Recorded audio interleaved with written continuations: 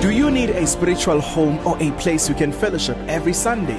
A place that is accommodative to your family and children? Look no further. Join us this Sunday with Apostle Nanda at Prayer Center Midrand. The time is 8 a.m. to 10 a.m. The address is 519 New Pen Crescent, Halfway House, Palms Office Park, Midrand. For more information, contact 076 1045 863 or 084 711 0060. Or visit us on Facebook, Instagram, and X at Pastor Nanda Ministries. Come and experience God's power in His Word as Christ is revealed. Libingelela bazalwane egameni lika Jesu Kristu waseNazaretha. Igama lami ke ku-ST wakadlamini, umntwana kaNkulunkulu osindisiwe. Siyabonga uNkulunkulu bazalwane, sibonga asiphezi. Kuyasithokozisa nathi kakhulu ndikuyasithobisa ukubona abazalwane beletha some positive response ekuthenini ukuthi umsebenzi owenzeka la kule ndawo ubathinta kanjani abantwana bakhe. So siyabonga kakhulu bafowethu. Ngaleso sizathu ke uma ukuthi uyaqala ukuba la kule platform kuyisikhathi sakho sokuqala lesukuhlangana nale video kanye nale platform, siyacela nje ukuthi upress lapha na usubscribe ukuze zonke izinto ezilandelayo zingakuphuthi, uhlezi ube ngokuqala ubona izinto ezingenayo. So ke sesikhona khona la before we start our show, ngizothanda ukuthi mhlambe sikhuleke and then bese singena ke engxoxweni yethu yanamhlanje. Baba, siyabonga uNkulunkulu wethu olungileyo, Baba wethu namandla onke, ngegama lika Jesu Kristu waseNazaretha. Siyabonga mkhululi wethu, uNkulunkulu wethu namandla, nangalezi ingxoxo uNkulunkulu wethu oyingcwele, siyathandaza maziveza ubuNkulunkulu bakho, maziveza amandla akho. Vela ke Nkosi nakuzo lezi ingxoxo ezisenza kule ndawo, uNkulunkulu wethu akungathi akungudumo, uNkulunkulu wethu namandla, kodwa uNkulunkulu ukusabalalisa imessage nomlayezo wakho, uNkulunkulu wethu namandla, ngegama lika Jesu Kristu waseNazaretha. Mayiqhubeke njalo uNkulunkulu wethu namandla, intando yakho ifezakale ngegama lika Jesu Kristu waseNazaretha. Amen. Amen. Baba mfundisi. Baba Dlamini. Niyaphila? Siyabingelela ncike Nkosi. Siyabingelela mfundisi, siyambonga kakhulu uNkulunkulu nangempilo yakhe. Sike saba nawo lapha ku platform. Manje inceke yomsangano. Umsangano everywhere. Umsangano to the world. Yes. Umsangano to the world. Ya mfethu, no siyambonga uNkulunkulu kakhulu. I-episode yami nawe iye yaba nezinto eziningi ama differences kubazalwane, but kunento encane nje ngizothanda nami ukuthi ngidlulise. Mangicheck ama comments abazalwane kakhulukazi. Abazalwane angathi abasupport uEnigma ngoba ivangeli akusinto yokusupportana, but ake ngithi abame okanye abasubscriber to i-revelation ne-message yakhe. Kuliqiniso bazalwane elingephikwe ukuthi noma ngabe singabandawonye kukhona la singeke sibone ngokufana. Kodwa manje iphuthe elikhulu elokuthi kulezi zinto esingaboni ngokufana bese sikwenza kube ngathi ubutha. Nanto ke iphuthe singalenza. So uma kusuke kuvela umuntu othile ekhombisa ukungahambisani nento mina engiyenzayo, Yes. ekhombisa ukungakholelwa entweni mina engiyenzayo, akusile iphutha lami lelo, futhi akusile iphutha lakhe, na indlela yakhe. So akekho kumuntu ke osekumele sithi ke hayi ngaleso sizathu uyabheda. So ngithintwe ngama comments amaningi mfundisi, ukubona abazalwane bethi mina uEnigma ngimfuni. Sesikujwayele mfundisi lokho. Sesikujwayele. Nami nje ngokwabaningi abamlandelayo angimfuni. Kodwa ke mina ngimbonga uNkulunkulu ngokuthi ngazana ngiconnecta ngiWhatsAppa nama leader. Mangithi ama leader ngisho abefundisi. Abanye abamsupportayo yena ubrother. And abefundisi labo engizwana nabo nesicommunicator nabo ku WhatsApp, abanye abahosta ngisho inkonzo ama revival, mina nabasinankinga. bayangi-understand ukuthi ngithini mangithi angivumi konke okushiwoyo. Ngivuma lokhu ispirit sami esihambisana nakho. Bayangi-understand. Abanenkinga nje hayi ilolu quqaba ke le crowd yomsangano ke engakhulile nasenkosini. Wazi ukuthi yonke into kuyaliwa impi. Kodwa nje labo aba grown up in the spirit aba matured ababamba supporters ka brother Enigma bayangizwa ukuthi ngithini and mina nabasinankinga. Lonke ke lolu vucu lwe crowd these gullible followers kaPetro ngumsangano yiwo kathi kuyaliwa. Azi ukuthi umuntu wathi akaboni kasolinye sekufuneke balwe bamthuke yibo kababa ngesicefe nakuma comment section sengibajwayele mina nje ngiyablocka umsangano nje ngiyawublocka angufundi no anguphenduli vele ngiblock ngidlule. And into ebhlungu la mfundisi ukuthi uma kuvela umuntu one different view Yes, bona bamthatha njengomuntu ongakholwa. ngathi usuyisitha. You know, yeah, like shouthi awukazi usindiswa abanye yazi nje awunamoya ingcwele. Kuyimanje abanye mina bangithatha njengomuntu nje ongakazi azasindiswa. Lapho bekusukela ngoba wenzeni Nkosi yami babudlamini ngoba wenzeni bakusukela. But ke asiphileli ukuprove insindiso yethu kubantu umunye wazi insindiso yethu.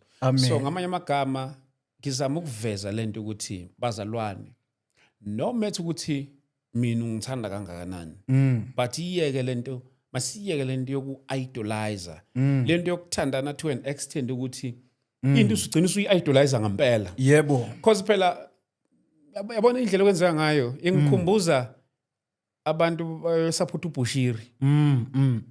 Yabo abantu abasupport uBushiri ngiyazi ukuthi khona noma umuntu emubi ngeke bemubi kubantu bonke. no But into eningi amakholwa ayenzayo awanqeni ukuthi defend umuntu than defending iscripture. Yes, uku-idolize umuntu phela nceko ilokho ukuthi noma ngabe yini ubrother Luther ayishoyo ngisho masithi sihlolizwe sithole lento ayisekho ezwini kodwa kube khona abantu abazothi ngingamfela ubrother Luther.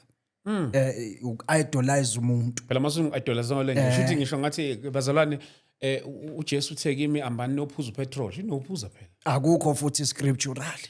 Impela Kodwa bokudefenda lokho bakulwela abantu yabona ke i-idol leyo nto ke ulwela into esho umuntu more than what the Bible says. Ngiyathanda ukufaka le disclaimer ingakho ngithi angiqale ngayo le ngiyathanda ukufaka le disclaimer bazalwane njengoba naye umntaka Lude la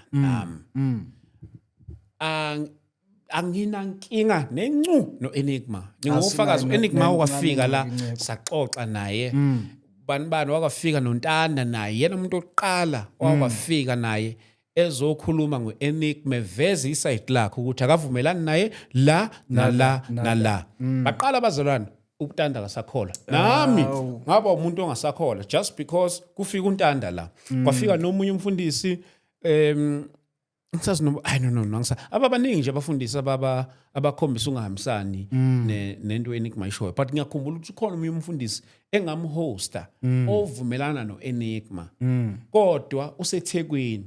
So ngokuba seThekwini kwakhe angakwazi ukuthi ngiye eThekwini ngoba lo mfundisi uhlala kuphi Eastern Cape. So wafikele eThekwini mayifikele eThekwini I had to ask for someone oseThekwini ukuthi ayongirepresenta. So mayingirepresenta ke am interview the man agrees with Enigma. So mina kuthiwani angimeme akekho umuntu engimemayo ohambisana noEnigma. That's why I'm an enemy of Enigma. In most cases nje mfowethu it's the gullible followers. Abantu laba ba matured abangama leader they don't have such a problem.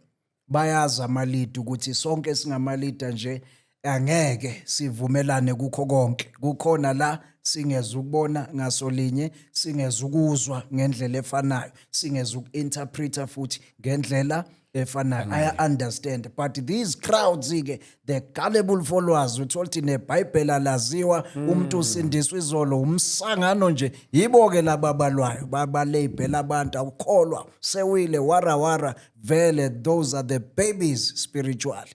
That's why ngifaka na disclaimer ukuthi channel yami ayimelene noEnigma mina ngisuke ngimema ama guest ezokhuluma their views ngaze ngayenza enye and public invitation nobody came ngathi mina ngicela uvumelana noEnigma eze la akuzange ngizokufika umuntu Yes. kodwa namhlanje ngagcina ngimtholile ngamthola Eastern Cape watravela wayeThekwini ngenxa ukuthi mina ngiseJoburg ngangeke ngikwazi kwangithola ngibhizi ngangakwazi ukuya eThekwini ngacela someone ukuthi ayongirepresenta lapha neThekwini lokho konke nikazi ukukhuluma abanye ngababona lisebethi hayi ngoba vele uyena uvumelana naye that's why kungabanga uyena interview personal ngangavumela kanjani ukuthi umuntu ezokuyi platform yami umbize bese ungafuni ukum-interview yabo ngangenza kanjani phela if I was against ngangenze ngivume nokuthi as a fit because amen kunjalo so nje bafowethu iyodwa into engicelayo kakhulukazi bafowethu kulabo abakholwa aba-subscriber to yonke into Enigma ishoyo please kulabo abaqhamuka nento ehlukene maningabe senimeze sengathi manje abakholwa abantu abakholwayo sebengosathane stop doing that bazalwane i-wrong ngempela lonto leyo i-wrong and imbi lokho ngempela yazi ukuthi in a Christian community ziningi izinto ezikhona ezihlukahlukene but kube khona la uthothi ke siyavumelana khona siyinto eyodwa lokho esingavumelani khona asikiyekeni kulokho esivumelana khona okucommon asigxileni khona so le platform ayikho ama episode engisuke ngihlasela ku-Enigma ngiyabona ama comments wenu labana nisayi ngihlasela Enigma namanje bazothi uyamhlasela njengoba ukhuluma bazothi ngiyamhlasela njengoba ngizama ngawo manje ukubeka uyamhlasela omunye uzowathi hayibo uyena uDlamini lo wayethandaze Soweto shothi ngamanye amagama ukuze umthandazo wami ube approved kumele kube ukuthi mhlambe mina ngivumele yonke into esho Enigma yebo inqaki phela iqala lapho you have to subscribe and say yes to everything once you say ukuthi 1 and 2 I don't agree hayi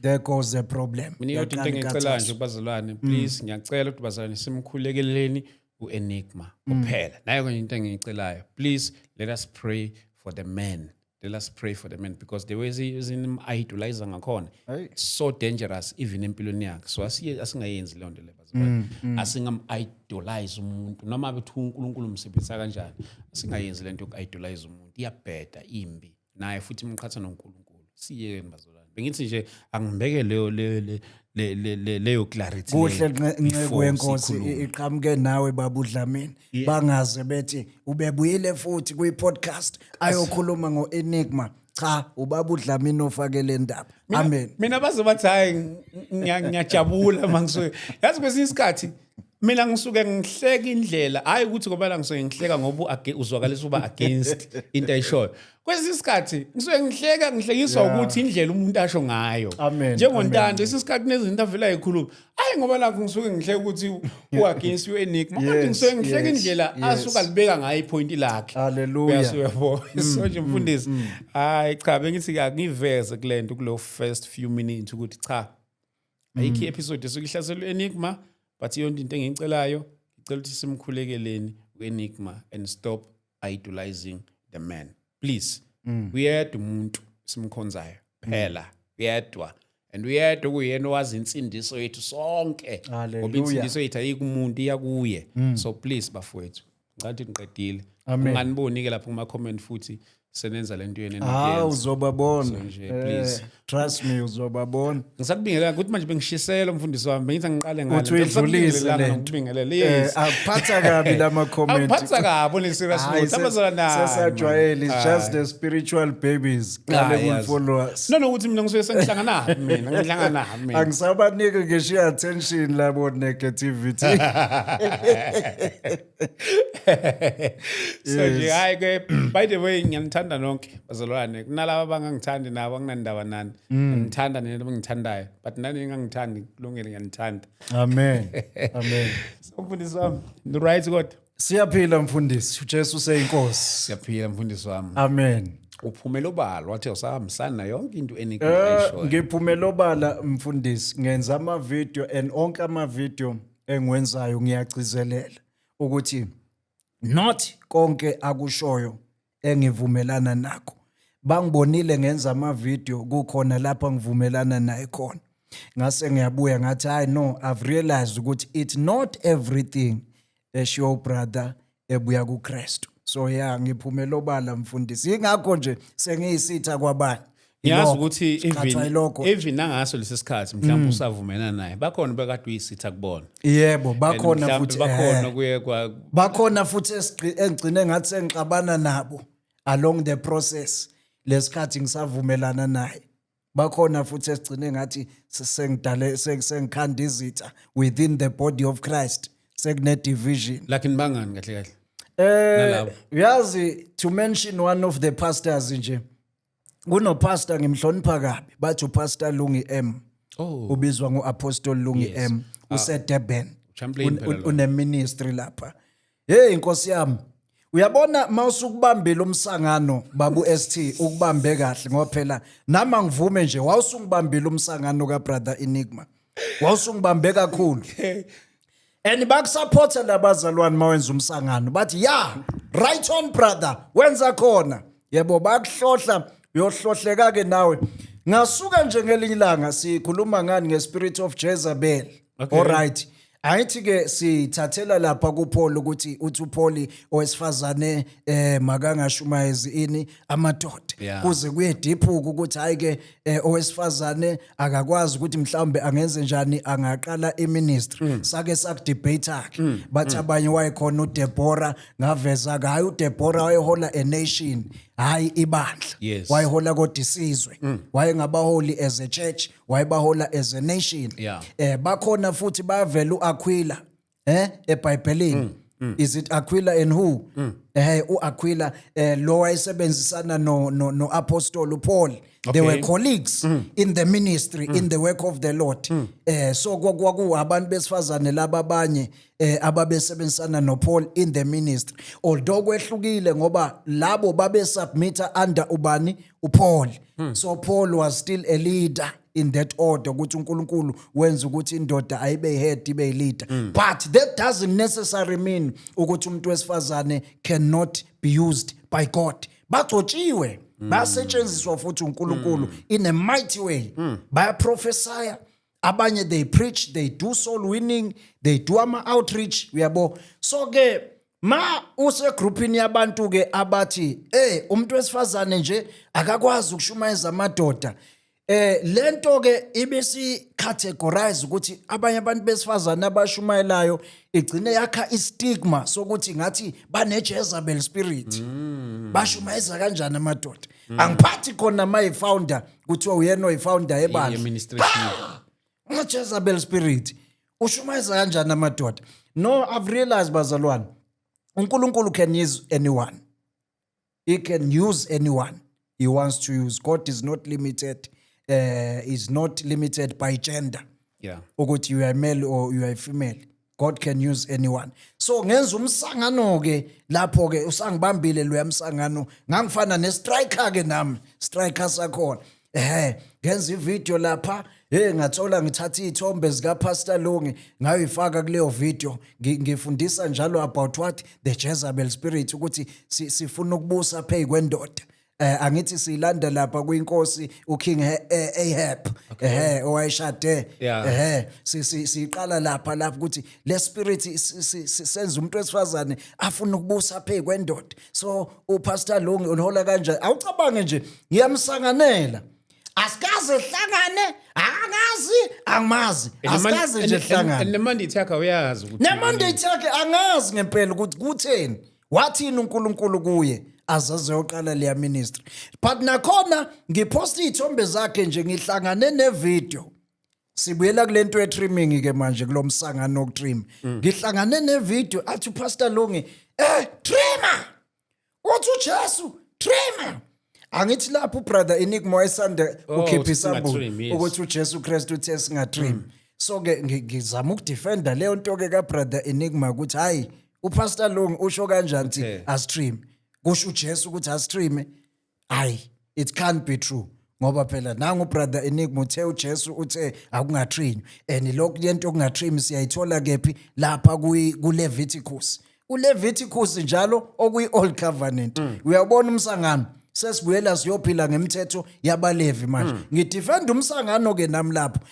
Ngacishe ngaboshwa ngiboshela umsangano ngoba ayifikanga kahle kuPastor Lungi yamkwatisa wakwata ke umuntu maye reacta ke kwatile vele phela usuke umsukelile ngoba kuyena wasuka wayoposta isithombe ngami imina engamsukela ngaposta isithombe ngami ngenza ivideo engangiyenza whatever ongakhuluma ngayo mawukhuluma ngayo khuluma nje ngayo without ukufaka igama lomuntu nesithombe sakhe ngoba masufaka igama nomuntu attacker yena attacker yena phela manje it's no longer ukuthi you are now teaching or you are now doing what now attack umuntu khuluma nje lento eyishoyo uyibeke iopinion yakho indlela nawe izwi olizwa ngayo wambuleleke ngayo ngaphandle kokufaka isithombe somuntu nevideo yomuntu so ngamsukela lo yasisi ngempela and uyakholwa lo yasisi wangibonisa mntu uyakholwa ngoba ngempela ukuba akakholwa wayehambe yongisuka lo yasisi wayena yonke right nelungelo lokuyongisuka nami ngikhuluma nje ngabe ngihamba izinkantolo emacourt manje kufanele ngikhokhe imali ezinkulu ezingaka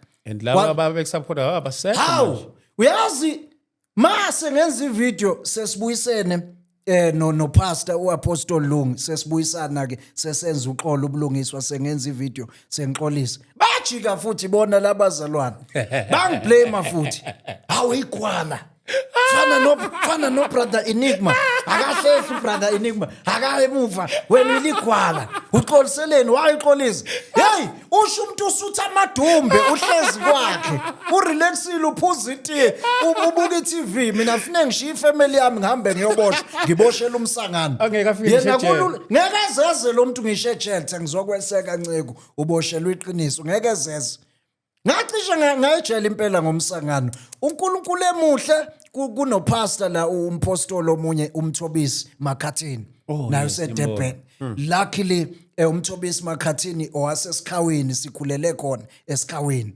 ngangimazela mina esikhaweni ebandleni lika Apostle Shang uShange wetahila okwakuyi Faith Mission ngaleso sikhathi ubaba uShang umpostoli siyamrespecta kakhulu lo sedlulile emhlabeni ngangimazi khona umpostoli sasingabantwana siye sinokuattenda lapha so umpostoli ngibona la kuma comment ngoba wayesengipostile uApostle Lungu kwi-platform yakhe wayekwatile ke naye enziwe ucasuka Nkosi yami wafaka ngisho ke umndeni wami nabantwana bami nami ngaphatheka kaphawu kodwa laba bangene nje sobafakelani bona kwi-platform ngoba imina phela lokhulume kapi ngeke umuntu ecasukile reactor umtshela ukuthi hayi reactor ngalendlela ngoba nawe khana umsukela awukazi uyocela kuye ukuthi ngizokusukela ngalendlela uvela naye wa reactor ke ngendlela yakhe hey ngabona ukuthi kubi wayilamla ke ngabona icomment kaMpostoli Makhathini kwabothi ngiyamazi ngase ngikhuluma naye eceleni hayi kwaba uyena ke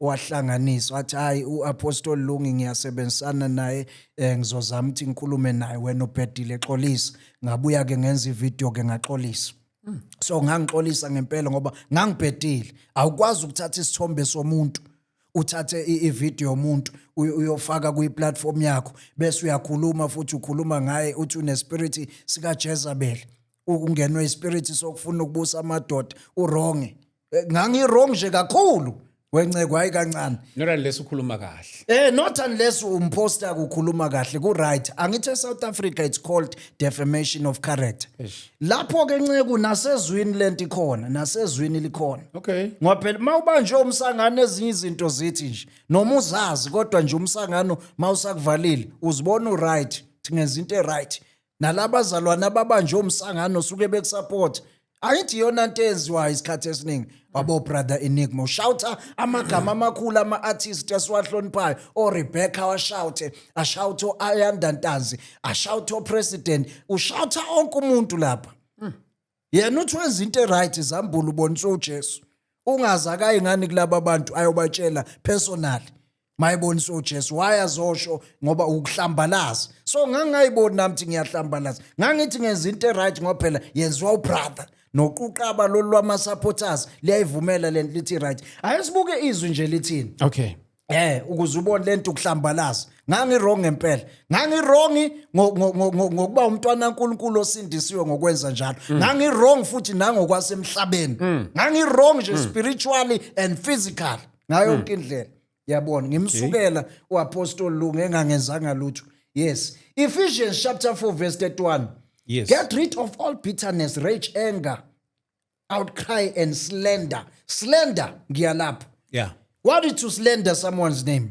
ukukhuluma into na ungenaso isiqiniseko ngoba mawuthi umuntu usetshenziswa ispirit of Jezebel uzoya ku social media ufika usho njalo, how sure are you ukuthi akuyena umoya ingcwele ombizile, akusiyo umoya ingcwele omthumile? U100% sure wena wawukhona mhla kukhulunywa naye kuthiwa akayoqala ibandla, wawukhona mhla uNkulunkulu appoint, wawungekho. So nawe lento ukuthi usetshenziswa ispirit of Jezebel awunaso isiqiniseko salokho. Ukukhuluma ke into ongenayo isiqiniseko ngayo uyikhulume in a public space, ukhulume kabi ngomuntu, that's a defamation of character, yabo. So ngaphetha nje lapha kakhulu, ngabuyela ngaxolisa ngenza ivideo, hey bangithosa ke nabazalwane baka Apostle phela kwi-platform yakhe bangithosa ke, kodwa nje ngaphiya ngokuthi hayi ngonile, noma bangangishaya kanjani lapha kuma comment section, vele ngonile, I deserve it. Umuntu mayonile vele kufuneka enze njani ayithobe. Uyakholwa lo yasisi, uyakholwa ngempela, wangibonisa nje ukukholwa. Mawukhuluma kanje ngiyathanda nathi ngenza ivideo nje ngayinye ngayifaka ku TikTok ngathi mina there is a strong abuse that is happening. Exactly. Igcina sifuna ukuba iGBV. Igcina iphenduke. Exactly. There is a strong abuse that is happening ikakhulukazi within the church. Yes. Cause okucheke mhlambe ngenza isibonelo nje abazali ngabe sinani ngibethela kulabo aba subscriber kwi doctrine ethile. For instance, bazokubetha. Ngeke bakuyeke. Ngeke bakuyeke. Sesijwayele. Sesijwayele. Akusenayo. Uzobona le episode moy upload. Bazokubetha ubheka ama comment. No one will go free. Sesijwayele kodwa nje ngiyathi kuhle mabekubethelela iqiniso. Amen incebo. Yeah, kuhle mabekubethelela iqiniso. Amen. Because the way sometimes mina ngine background yakomzimba. Yebo. Mina ngikhulele kwamzimba. Kwabangazi ukuthi kwamzimba khona ibandle engikhulelelwe kuthiwe iChurch of Christ. Bungalibizi nokuthi iChurch of Christ kuthiwa nje umzimba kaKristu. Yes. So laphana noma ngingakhulumi ngebandla lakithi, ake ngikhulume nje ngokuthi abazalwane soke besubscribe kwi doctrine ethile. Yeah. Ubokubuka indlela abayidlulisa ngayo. Yeah. Kukancane ukuthi bayidlulise ngothando. Indlela bayidlulisa in a way yokuthi baprovela wena ukuthi ayikho into oyikholwayo. They want to make you see ukuthi wena kahle uyadlala awukholwa. Yes. Ithina esikholwayo wena awukholwa.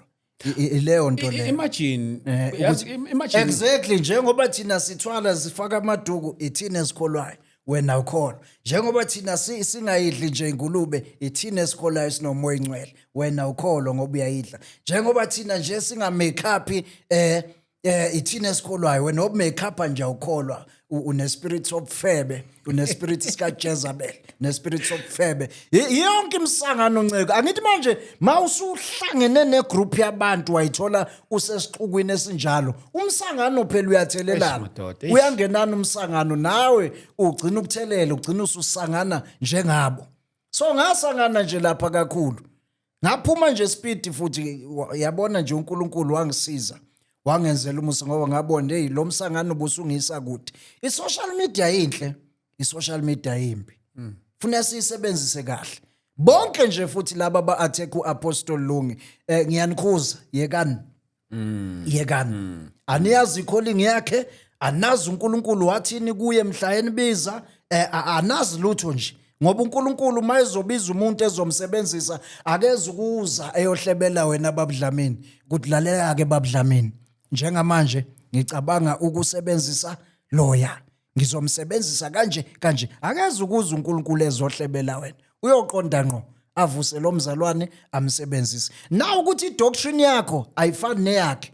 Okholelwa kukho akufani nakholelwa kukho. Akusho ukuthi ke attack cha miyeka ahambe ngelane yakhe nawe hamba ngelane yakho. Egcineni siumzimba kaKristu kumele sibe united. I-unity ebalekile. And ngiyabuka nje nami indlela abanomu-attack ngayo.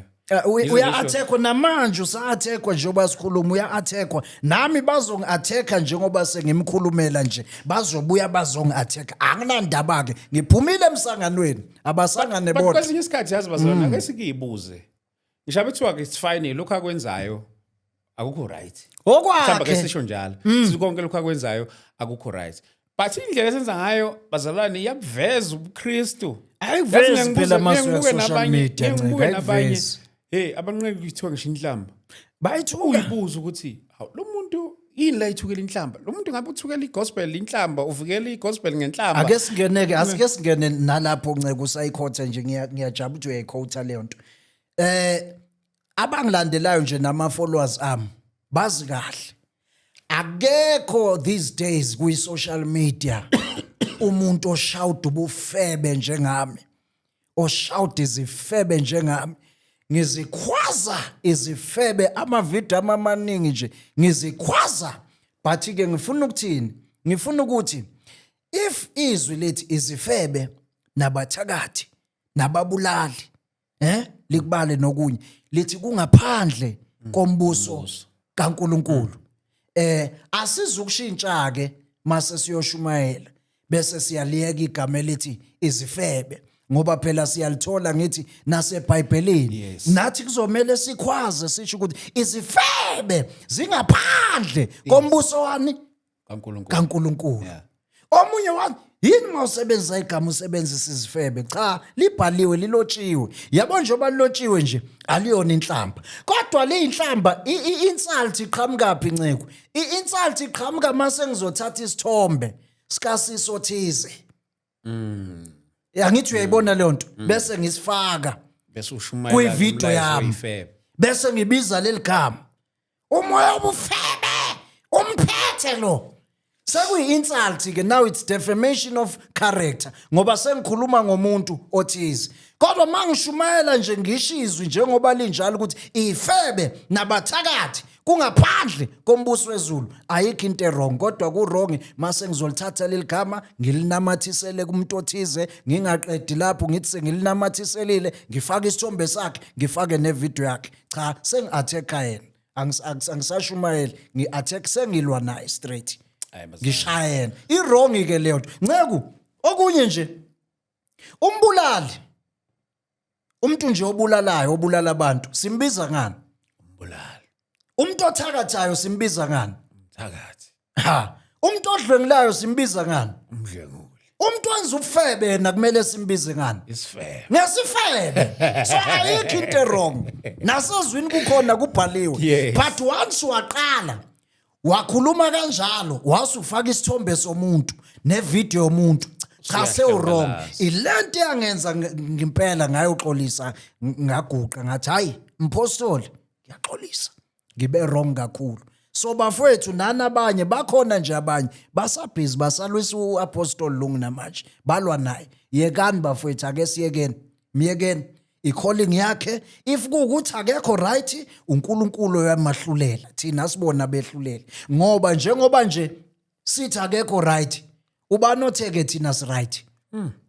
mawuthomi umuntu akakholwa kahle ubanothe wena ukholwa kahle so kahle kahle sesinezikali zokukala ukholo lwabanye ukholo lwabanye lithi izwi susa susa la esweni lakho kuqala before uyokhomba abanye ngoje ubukhomba nje sifebe yonke leminye imini ikhombe bani isifebe esikhulu uwe exactly so ake siphume nje kwibusiness kaApostle Lungi siphume kwibusiness yeministry yakhe mawumposta mposte ngoba uzokhuluma kahle ngaye finish if you have nothing good to say about her phuma endabeni zakhe amen ngimthanda kabi uyasisi nceke wangibonisa ukukholwa mina ngoba nami ngabe ngikhukhumba amakhothi manje ngomsangano ngiyamsaba lo baba ngempela mningi umsangano uyazi abagcinanga ngokublame mina inqoliseleni bake bablame ngisho ubrother Chris lo Chris Network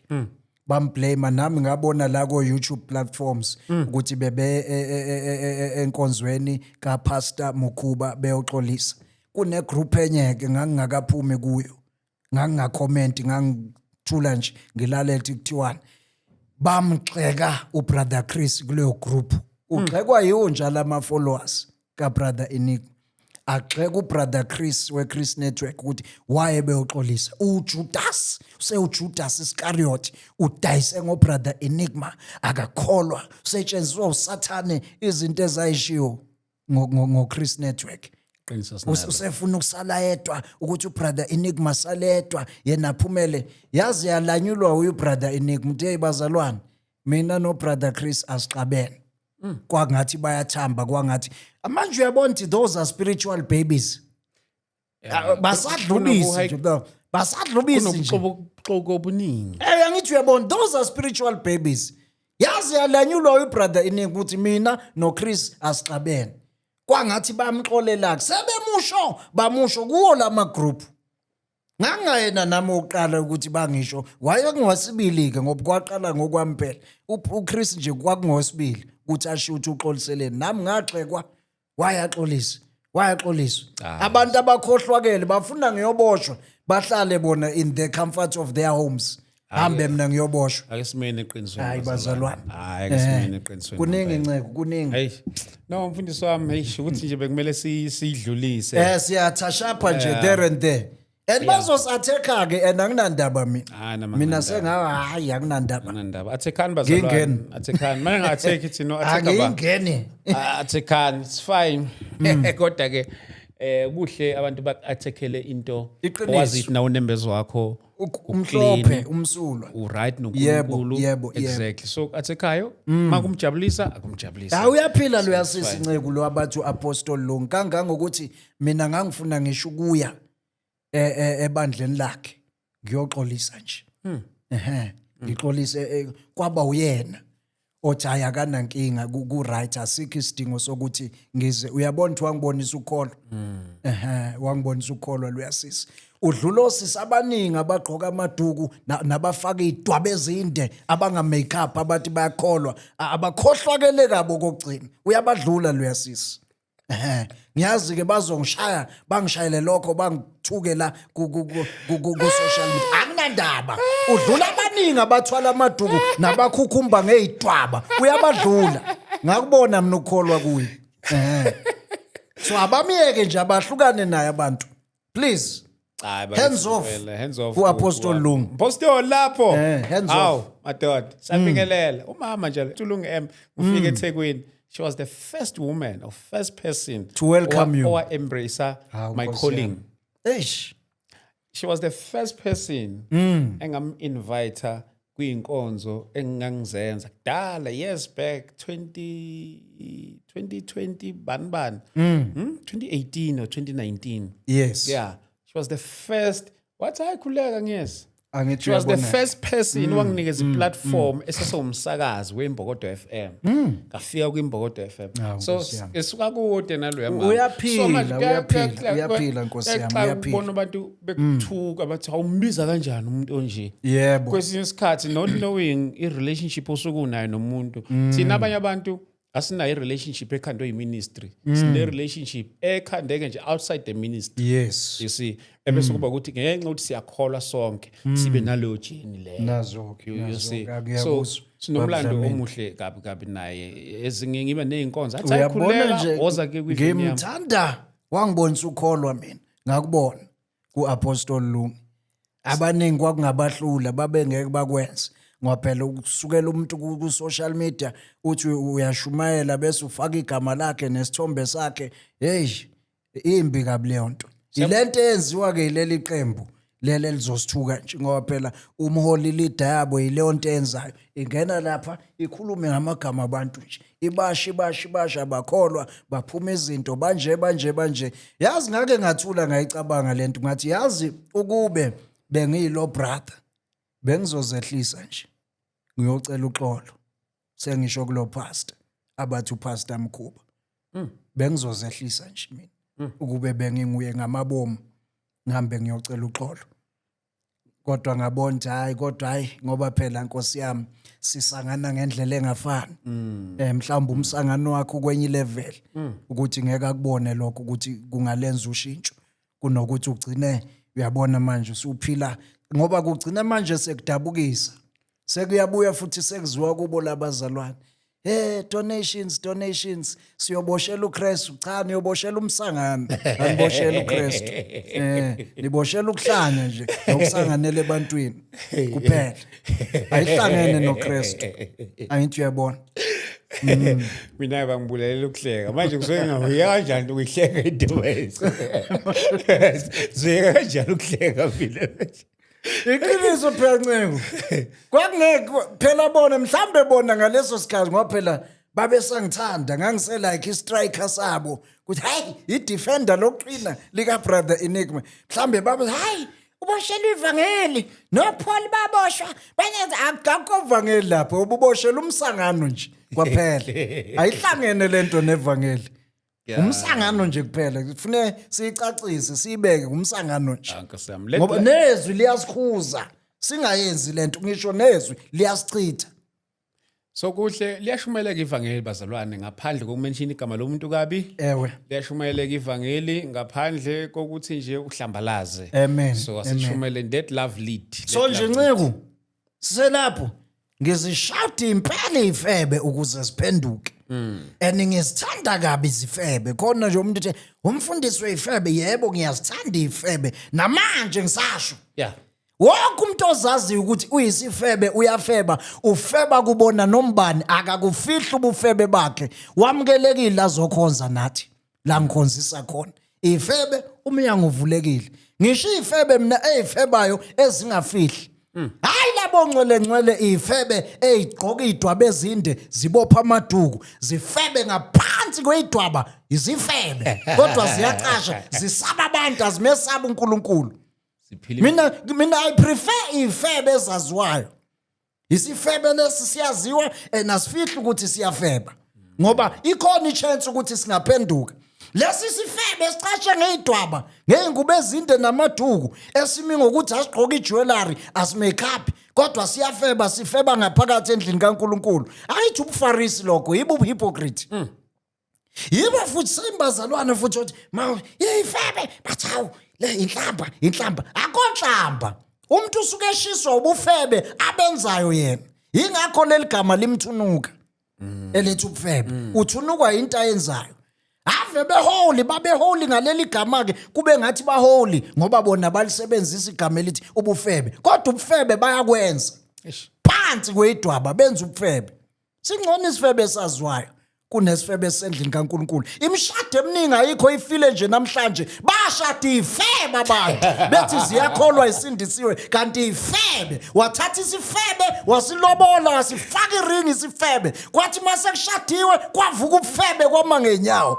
ichithekile imishado eminingi yiyo lezi ifebe ezigcwele lapha ezithi isindisiwe ezicashe ngedwaba singcono isifebe esobvious esaziwayo mina nje ifebe they are welcome last khonza khona they are more than welcome Jesus Christ loves them he died for them is ifebe ngizithanda kabi awubadlulisela umlayezo nje wezoni ifebe awudlulisela umlayezo nje uyi ngithi ifebe zonke ifebe they are welcome zamkelekile ukuthi zize zizokhonza uJesu Kristu akafelanga abantu abangcwele akafelanga abantu abalungile wafela izifebe ake ngiprove uJesu Kristu uyayithanda izifebe wahlangana nesinye isifebe uJesu Kristu wasicela ukuthi awungiphuzisa amanzi sabeka izaba sabeka ama excuse wayeseshela ukuthi wena uyisifebeke ngoba nalendoda enye vela kuyona yakho vele nje umthetho wakho uyisifebe kodwa uJesu leso sifebe akaze sikhondeme sasizakala sagijima saw testify esinye isifebe sabanjwa salethwa kuJesu Kristu kwathiwa hey wawuthi umthetho kaMose obanjwe nje enza lokhu akabulawa shaya ngamatshe uJesu Kristu wasivikela isifebe simbone siprotector engesikhondeme uthini kulesi sifebe uqala phendula lapha uthi ongenasona kenze njani amshaye makuvuswa ikhanda bapha bangamalele bakho bamangaleli abekho bonke bahambile amatshasele uthini uJesu nama ngikhondemi hamba ungabisona ngiubanike mina ukuzonda ifebe uJesu Kristu eyithanda ngingaba yini ngeyifebe ngaphandle kwazo Nkosi yami siyazidinga isifebe zibalekile ngiyazidinga zizogcwala lapha ePretoria CBD sizokhonza mawuyisifebe nje you are welcome selikhona ke ibandla leyifebe yimlo umholi waso amen. Mfundisi wami isikhathi sethu siyagijima manje wena kanti isikhathi sesincane kakhulu. Sincane kakhulu isikhathi. Wamenshina kule episode edlule ukuthi wako anoint umprofeti wamanga. Mfundisi ya khona sesincane kakhulu isikhathi no kwenzeka mfundisi angithi ngibonile nje nakule video enye ephumile kuyi channel yakho be comment abanye ukuthi hayi sekuselithi ayekusebenzisa leligama elithi ubrother no igama elithi ubrother ngiyalithanda it suits me lingenza ngizizwe ngingena pride ngingenampakamo lingenza ngizizwe njengomzalwane just a child of God ngangi umpostoli qala ngaze ngigcotshwa futhi ukuthi ngibe umpostoli ngigcotshwa ebandleni ke lika false prophet engangihlangane naye lo false prophet inkosi yami hey ngoba Jesu Kristu ake ngiqale la ukuthi isikhathi sethu asekho yazi nje ngisindiswe 2004 kwakushumayela umfundisi owayemisa i-revival waseMozambique isibongo sakhe lo baba kwakuthiwa ubaba Mazive endaweni yaseSikhawini elokishini laseSikhawini ila engikhulele khona mina kusekhaya lapho kwakushumayela ubaba 2004 ngasindiswa ngamukela uJesu Kristu sithe sasikhulisa ke enkosini esasfatherisha lo baba yabona esnaturist esikhulisa ngezwi sifundisa ukufasta ama cross night ukufundizwe kwahlala wathi uzoba ne consult concept gephi eMozambique wayebuya aculeke so wathatha izingane ezinye zebandla nami ngangibaliye ukuthi ngizoya siyocula unfortunately umama wami wayesaphila ke wanqaba kumama ukuthi ayingingawela ngeMozambique wayengatrust kahle kanti uzohamba lo baba adelay ukubuya angabuyi ngesikhathi ayithe uzobuya ngaso sishaya lesikhathi sizedlule sekuyafonelwa abasatholakala gcina abazalwane benenkinga bagcina bebuyile kodwa babuyanga ngesikhathi ababethe labhidlika ke lelo bandla labhidlika malibhidlika kanjalo sithola ke sesistranded sisanda kusindiswa asenaye umholi umuntu oyilithi sesistranded ngoba ibandla libhidlikile uyazi kumphakathi kubuye futhi kube umuntu wangaphandle koMozambique uyabona bhidlika ibandla so ngaqala lapho ke sekufuneka ngithola indawo yokhonza ngaya ke komunye wabefundisi obekade esebenzisana nabo obevama ukuba invite ngaqala lapho kuyazi ukuthi ekhaya la ungasindiswanga khona ungazalwanga khona futhi enkosini isikhathi esiningi akuhlaleki kuvele nje kube nalento ukuthi angizalwanga la akubona abazali bami kephi enkosini yabo kwaba nezinto ke ngakhula sengumuntu wamatendeke lonke itende wonke umfundisi omisa inkonzo ngikhona hoza nceke uzongilekelela ngapha nangu mina angisareport kumuntu hoza nceke kunemvuselelo ngapha nangu mina ngikhona hayi nceke nami ngapha amatende ngawahamba ngangingasahlala ekhaya sengumuntu nje wamatende celebrate nje lasematende vele uzizwe phela uyicelebrate anyana sumkhulu nawe kuthi uyamenywa ngapha nangapha wena ukhona ayikho imvuselelo ngaphandle kwakho ngakwahamba isikhathi ke kwahamba until kwafika isikhathi ngahlangana nalomprofetic engithi umprofeti wamanga lo engithi sathi masiqala ukubonana wangiprofeta amanga umsangano naye wathi ngihamba nentombazane sizo operate ebandleni lapho ngilethwa ubrother ngilethwanga intombazane ubrother unginviteile ngifika for the first time so ngaduba ngahamba ngangabuya kwazisikhathi wafika lo mprofeti eseza kimi ke zongiapproach no ngicela sebenzisane ngizokuzama mhlambe ngemali engaka nami isimo sami sa financial sasingaka balance kahle ngathola ithuba nami thawu icontract phela le ngangena kanjalo ke sakhonza kuningi ke nceko kwakwenzeka kuningi kakhulu ngeke siqede hayi kuningi kakhulu i-episode yakhe kodwa nje engikhumbulayo ukuthi kakhulu okwenzeka ngize ngiphume kuye sengisho ukuphuma kwami ke ngizophuma kuye walanda ukuthi nje ungalanda umuntu oyiboyfriend yakho ushadile njalo uprofetess ulanda umuntu oyiboyfriend yakho wangakini okhule naye benifunda naye into enjalo nike nasebenza nine history naye Mawumlanda lo muntu oyiboyfriend umlanda umletha uzomhlalisa la ngihlala khona ngoba la ngangihlala khona ngase ngirentelwa uyiProphetess. Approacha uthi kimi ubhuti wakhe ucela ukuthi ngimhostele ubhuti wakhe for a time being uzomtholela indawo yakhe ubhuti wakhe kanti akuyena ubhuti wakhe umuntu wakhe it's a boyfriend ushadile uProphetess Roma ulethe iboyfriend yakhe la kimi wathi ubhuti wakhe kusho ukuthi ebandleni labazalwana abanye bayamazi lo ukuthi uX kuma elders khona basazi istory abatshela uProphetess bazi yonke into mina ngimusha kuleli bandla imina engingazi uyazi ukuthi lonke ibandla nebandla abazalwane banezindaba azihlali phansi I happen to be close futhi kulama elders aleli bandla so amanye ama elders athi hey uzoyiqhatha nobaba wena ngani manje awu uhoste izinto zika mama lapho ungahosta kanjani makhwapheni umakhwapheni ngithole ukuthi umakhwapheni mangithola ukuthi umakhwapheni kuhambe isikhathi shothi ubaba futhi lo okuyena ubaba oshada noProphetess somehow somewhere laba bayamtshela ukuthi hey uProphetess ulande iX yakhe ila njengoba ungekho ubaba waye away ngaleso sikhathi kungathi baxabana baneyinkinga bamtshela laba ama elders ngoba phela bona bayasazi istory batshela lo ubaba ukuthi uProphetess unezinto zakhe la uyibeke lapha kwampostoli ngoba ngase ngcotshiwe ngaleso sikhathi ngithole ngecall kaBaba kusengifonela ubaba hawu ngikuthembile nceko uyenza kanjani tena ngenzeni baba ngamgcina kanjani umuntu kamamakho ngoba niyiso lami lapho mangingekho ngithembe nini ebandleni nee umama ungitshela ubhuti wakhe mina baba okunye nokunye angikwazi ungitshela ukuthi ubhuti wakhe lo mina ngazi lokho yabona hayi shothi ke abuyele kubaba baxabane ke ngendlela axabana ngayo ke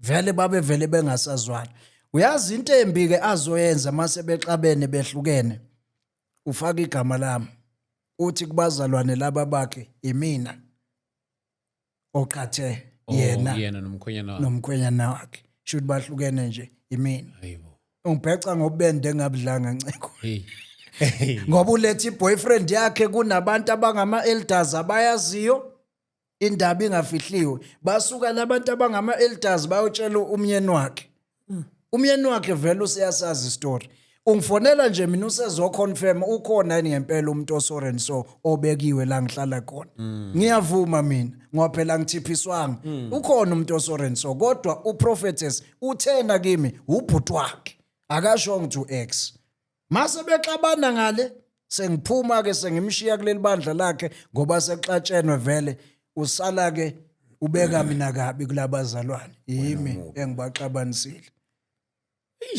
ngiyayisummarize nje ngoba isikhathi asenaso sizayenza yena ngoba yabona nje ubusuyibhase kanje iningi interest I'm sure evelayo lapha kuba usala upenda mina ke ebantwini kulama followers akhe wasala wapenda mina ke kwasho ukuthi kunama pastors ke ayengaphansi kwakhe yena uProphetess ayengikhonzile ayengithanda lawo ma pastors kwayiwona kangigonanga ngisondeze eduze ukuthi hayi apostoli hayi vele yabo siyazi ukuthi uyasukelwa lento siyazi kudala leka Prophetess wara siyazi ukuthi so some of the pastors ke angigona ke sengiphumile ke lapho ebandleni lakhe kuningi ke nceki lapho ke ngahamba ke nami ke sengiyoqala isicagogwana sami into ngeke siqede nceki uyabona isikhathi usiqala khona ngalesicagogwana ngiqala khona ngithi idolobha la ngasekhaya kusempangeni Richards Bay empangeni sisebenzisa lawo madolobha ayi2 it's 1 hour mawusuka elokishini esikhawini uye edolobheni 1 hour kusuka esikhawini uye empangeni 1 hour kusuka esikhawini uye Richards Bay so sebenzisa amadolobha ayi2 ngisuka ke esikhawini mina ngiya edolobheni laphi ke manje lase Newcastle yayikhona into eyivela ilokhu ihamba ivela ukuthi hayi vele ufune ngiyoqala iministry endaweni yase Newcastle into eyayinjengeyiprofeto eyayivela nama visions yabona vele yayikhona nakubanye abazalwane lento iconfirmeka so masixabana noProphetess lapha kwenzeka lokhu ngahlala inyanga eyodwa ngathola ithuba ukuthi hayi angeke ngihambe ngilandele yami calling ke ngayoqala isicagogwana sami lapho nakhona kwafike kwenzekeza khona ikandali ngahlangana nabaprofeti bamanga kuningi nceko hayi sizoyikhuluma but le abaprofeti idinga episode yayo nceko abaprofeti ngoba there's a lot that happened along the way yazi as a result nceko till today ngiyamsaba umuntu obizwa ngoprofeti because of izinto adlula kuzona because of into engayibona kuba prophet nengazi experience omunye nje waseGhana wayibiza umlilo athi fire kuthi kuvutha umlilo out of nowhere abiza abazalwane athi ngeSunday ezayo kuzobe kuvutha umlilo sobe shisa sonke amadimoni phatha the soil ihlabathi laseyadini lakho uze nalo kuthe sebalekile naye sebanjiwe sebuyele eGhana kwase kuvela ukuthi awu kanti besibambe ngale chemical okuthiwa ipotassium permanganate igrayish leyahlabathi okungathi ku black like mayibuka so wayithatha lento ibeningi ayimixe nehlabathi leyanto ayithela ngeglycerina iyasivuthela ayidingi umetshisi ukuthi uyilayite ivutha nje ngezinto eziningi ezahlukene it's a chemical so wayini scam ngayo lento wayebabambe ngale nto wayesebizwa ke ngoElijah wesikhathi ngoba wayinebandla yena khona esikhawini ngasekhaya mina ngase ngiqale ibandla kephi eNewcastle so ke ngokuthi igift of prophecy besikhona namadimoni vele bengilishaya ideliverance vele bekukhona nezwi ukushumayela vele bengimuhle ngapha uNkulunkulu bengisebenzisa so waba attractive uprofeti kimi naye refer abanye abazalwane awu invite umpostoli lapha ngangithi mangifikile ke naye lapha ebandleni lakhe ngangifike ngikhuleke kwenzeka ideliverance ngiprofeti abantu ngiprofete umehluko mina ngibaskema abantu ngisha nje ngegift uNkulunkulu angiphe yona anginayo umlilo anginayo into ethi mangithi fire kuvutha umlilo kanti yena usibambe nje lapho uza prophet wenceko ngangayiplan lento yokuprofeta ukuthi hayi mhlambe namhlanje njoba kuyiSunday ngifuna ukuprofeta into ayivele zenzakalele mhlawumbe ngiyashumayela lapha yabo mhlambe ngiyashumayela and then umoya ingcwele uzokhuluma ukuthi kunabazalwane abakanje abahlushwa 1 no 2 no 3 akuyona kodwa into mawungathi uthi prophesy bese ngiqhuma ngiyahlala and yayingenzeki lento ukuthi every service every Sunday kune prophecy once in a while kodwa la ivuke khona ngizoprofeta mhlawumbe ebandleni abantu mabegcwele be30 mhlawumbe abawu10 ngizoba prophet ngoba kuyiSunday nje special kobe cooperate prophecy it's not ukuthi every Sunday uyafika mina ngine prophecy every Sunday indlela okwenzeka ngayo emabandleni abaningi cha okwami kwakunga operate kanjalo isikhathi umfundisi hlezi vele sibe limited ngendlela engayazi isikhathi sishawa isikhathi umfundisi ufike endlini idinga nje le mfundisi ukuthi masixoxa sihlale kuya abaprofeti ngabona okuningi kube nje episode yabo hlupha lapha ke lama indaba zama studio bazala njengoba ngisho ngithi ngicela ngiphi imali ngikhande sami studio la siya renta shawa isikhathi so yabona nje isikhathi sayiqedanga zonke izinto kumele sizikhulume so ke yes kodwa ke semkhulu uNkulunkulu yothinta someone one day oyofika day malini lento yonke lento malini so nje siyakhuleka inkosi siphe ama sponsors mhlawumbe mfundisi amazwi akho okugcina bese usinikeza ama contacts wakho alright ake ngicizelele nje lapho yeah ngobrother Luther bazalwane I'm fine ngalokho angiyena umpostoli ngalidenounce kanjalo lelo gama okay ukuthi ngalithola kumprofeti wamanga ngezwe ngayo ukuthi uNkulunkulu angigcobe njengompostoli mina ngokufunda kwamizwi nangokweunderstanding yami ngazi ukuthi umpostoli ugcotshwa uJesu Kristu uJesu Kristu uyazambula njengoba azambula nakuPaul and Paul became one of the apostles ngoba uJesu wazembula so kuJesu akazazembule angeke ke mina ngiqambela abantu amanga ngithi hey ngibona uJesu angikamboni nami ngiyengifisa ukufakaza njengalabo bazalwane ngithi hey ngibona uJesu ngibona izulu ngibona isihogo cha akekenzeki ngikholwa uNkulunkulu njengoba amaHebheru athi sikholwa izinto ezingabonayo ezethenjwayo eziziqiniseko ngokuthi uyabona so ngishumayela nami engakuboni engakaze ngikubone kodwa engikholwayo engwethembayo amazwi ami okugcina lawo siyakhonza sisePretoria CBD bazalwane ePretoria CBD kunendawo kuthiwa iseBeggars Park iyodwa iBeggars Park elapha eCentral mawufika nje wena ePretoria eBeggars Park ungabe usufonela le number noma WhatsApp le number u065 Yeah. 874 3816 065 874 3816. Ngale kwalokho ngikhona kwa TikTok Yeah. ngiuLuther King noma ungatype uthi brother Luther ngizovela kwa TikTok. Ngikhona futhi kwa YouTube. Kwa YouTube mawungene nje ku YouTube platform yakho bese utype @Luther King dash 2025 @Luther King dash 2025. Kwa Facebook ngiuLuther King. Ikhona ke link ekhiphela ku YouTube mawungena ku TikTok profile wami. Ikhona futhi link ekhiphela ku YouTube mawungena ku Facebook profile wami. Ilokho ke bazalwane nidinga ukwazi. So ke mawungifollowa ukuthanda kwenziwa lapha you are welcome ke noma uthanda futhi ukuzokhonza nathi you are more than welcome. If awukuthanda kwenziwa lapha ku platform yami phuma angazi usahlaleleni phuma angibafuna abantu abayisicefe abangibangela isidina kweyami platform ngoba eyami le platform akuyona yabo. So if awuzwani nengikhulumayo nengikwenza ku platform yami get out. Kade ngabakhulula nalabo bangalithanda igama elithi ubufebe get out kuleya platform nalabo bangalithanda igama elithi umsangano get out phumani kuleya platform abaphume akekho nibizile get out akekho ninviteile. Yes, so ke bazalwane ilokho shumayela uJesu Kristu osindisayo, ashumayela amawevi, ashumayela ama makeup, ashumayela amaduku, ashumayela ingulube. Asishumayela yonke lemsangano. Amen. Amen. Bafethu siyambonga kakhulu uNkulunkulu egameni lika Jesu. Icela nje ukufaka nalesi simemo ngomhla ka24 May. May sizobe silapha eThekwini 139 Victoria Embankment. Sizobe sine live podcast shoot lakho sobe sikhuluma ngesihloko esithi sithandana kanjani masindisiwe enzozwana sizobe si unpack ngendlela ezihlukahlukene sesihloko. So ngicela bazalwane nibe khona lapha ama panelist wethu sinaye umfundisi uNtanda, sinaye umpostoli Makhathini, sibe naye umvangeli uSikhakhane.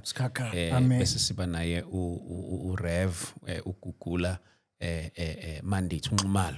Wonke laba bantu laba umuntu osingaye sibe naye la ku podcast uSikhakhane ngenxa yokuthi useThekwini thina singala but yonke le 3 unxumalo bazomkhumbula, Ntanda bazomkhumbula, Makhathini bazomkhumbula, indoda ephiwe kakhulu ezihlokweni ezikhuluma kakhulukazi kwezothando. So ke ngicela bafowethu ukhona noSikhakhane bayamazi abantu abaningi indoda nje enganqeni ukukhulumisa noma kanjani noma ngabe yini nokanjalo noNtanda.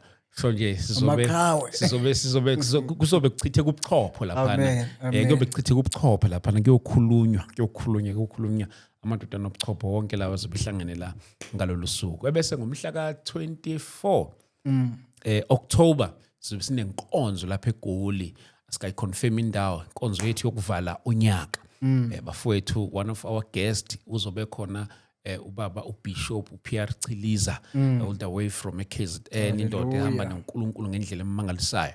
So sisazama bazalwana ukuthola indawo la uNkulunkulu angasiholelela khona but ama updates azolandela lapha eThekwini umhla ka24 singela ngo100 Oh hallelujah. Yazi ukuthi khona bavele begxume baphaphe ukuthi hawu imali khona njengamona emunye nje phapha ubona umbuzo ukuphapha athi imali yani nezazi indleke siba nazo masuke sihost inkonzo nezazi indleke siba nazo. So kulokho hayi ukuthi si lo 100 rand nje usuyo mawungekho awukwazi ukuthi iqhubeke izoqhubeka.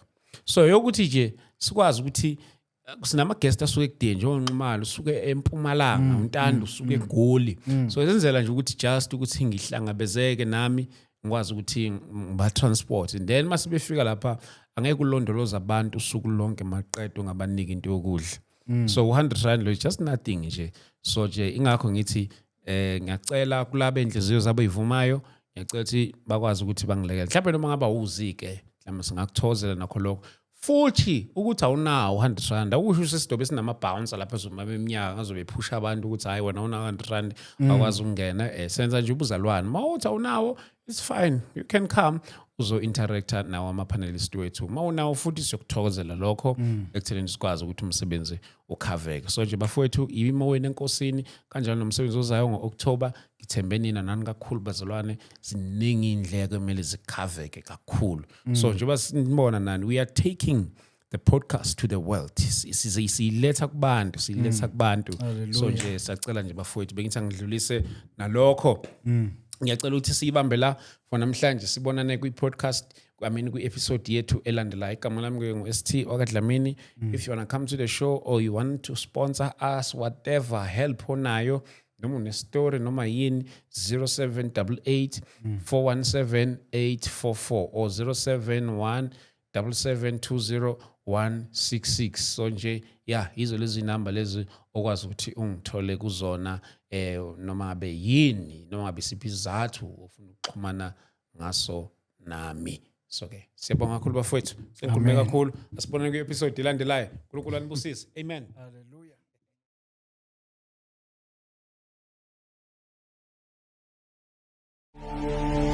Do you need a spiritual home or a place you can fellowship every Sunday? A place that is accommodative to your family and children? Look no further. Join us this Sunday with Apostle Nanda at Prayer Center Midrand. The time is 8 a.m. to 10 a.m. The address is 519 New Pen Crescent, Halfway House, Palms Office Park, Midrand. For more information, contact 076 1045 863 or 084 711 0060. Or visit us on Facebook, Instagram, and X at Pastor Nanda Ministries. Come and experience God's power in His Word as Christ is revealed.